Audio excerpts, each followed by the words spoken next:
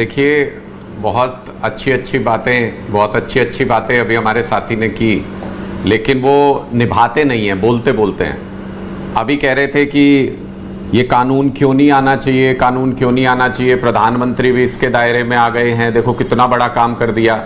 मुझे उस एजेंसी का नाम बताइए जो प्रधानमंत्री के खिलाफ केस दर्ज कर सकती है। उस एजेंसी का नाम बताइए।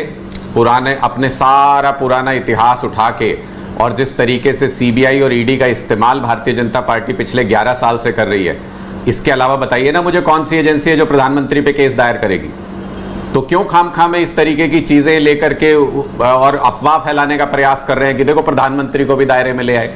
अगर नैतिकता की बात करते हैं तो चलिए नैतिक आधार पे मुझे ये बताइए, सत्येंद्र जैन जी को 2 साल जेल के अंदर रखा, उसके बाद सीबीआई ने अभी कुछ दिन पहले कह दिया जी हमारे पास तो सबूत नहीं है, केस बंद कर दीजिए।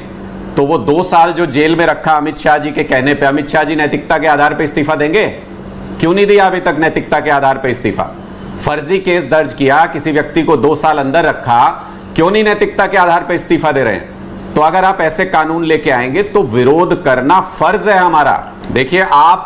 देखिए आप दूसरों पे इल्जाम लगाने से पहले आपको यह समझना चाहिए कि गोदी जी इस देश का भविष्य, इस देश का वर्तमान, इस देश का इतिहास सिर्फ गोदी जी नहीं है, उसके अलावा भी बहुत सारी चीजें हैं। अगर आप किसी लीडर का नाम बिगाड़ के बोलेंगे तो गोदी बोलना मुझे भी आता है अजय आलोक भाई, जैसी भाषा बोलेंगे उसी में जवाब दूंगा, इसलिए तथ्यों पे बात करेंगे तो ज्यादा सही रहेगा।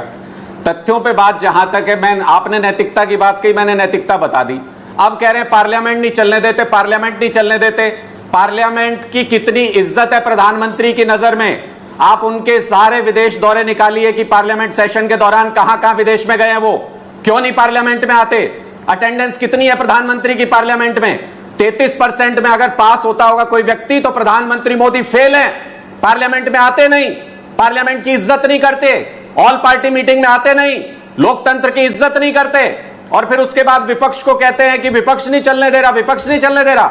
अरे आप नहीं चलाना चाहते संसद, आप लोकतंत्र नहीं चलाना चाहते, वोट चोरी आप करते हो, लोकतंत्र के साथ खिलवाड़ आप करते हो, तानाशाही आप लागू करना चाहते हो। मतलब प्रदेश में कौन सीएम होगा, कौन मंत्री होगा, यह भी आप तय करोगे।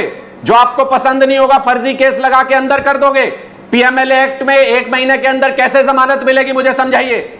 किसी पे भी आप पीएमएलए एक्ट लगा देते हो, कैसे जमानत मिलेगी 1 महीने के अंदर मुझे समझाइए। कुछ भी कानून लेके आएंगे और फिर उसके बाद अपनी पीठ थपथपाएंगे, देखो हमने ये काम कर दिया, देखो हमने क्या काम कर दिया। और अगर ऐसा कानून था ऐसे काम क्यों करते हो कि पीएमएलए एक्ट लग जाए? चंद्रबाबू जी आपके साथ नहीं थे या नीतीश कुमार आपके साथ नहीं थे? कौन नहीं था आपके साथ? शराब घोटाले करने हमसे पूछ के किया था क्या? क्यों वोटिंग नहीं कराई?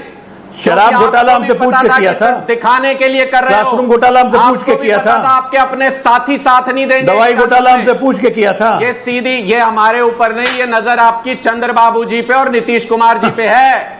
उनको डराना चाहते हो, उन पे लगाम लगाना चाहते हो, उनको बता रहे हो कि ऐसा कानून बना देंगे, जब मर्जी जेल में डाल देंगे, नहीं तो समर्थन देते रहो। आपको पता था वो भी साथ नहीं देंगे इसमें। अगर वोटिंग हो जाएगी तो आपकी सरकार बहुमत नहीं कर पाएगी इसमें सिर्फ, इसलिए आप लोगों ने पीछे हटे और जेपीसी में इसको भेजा।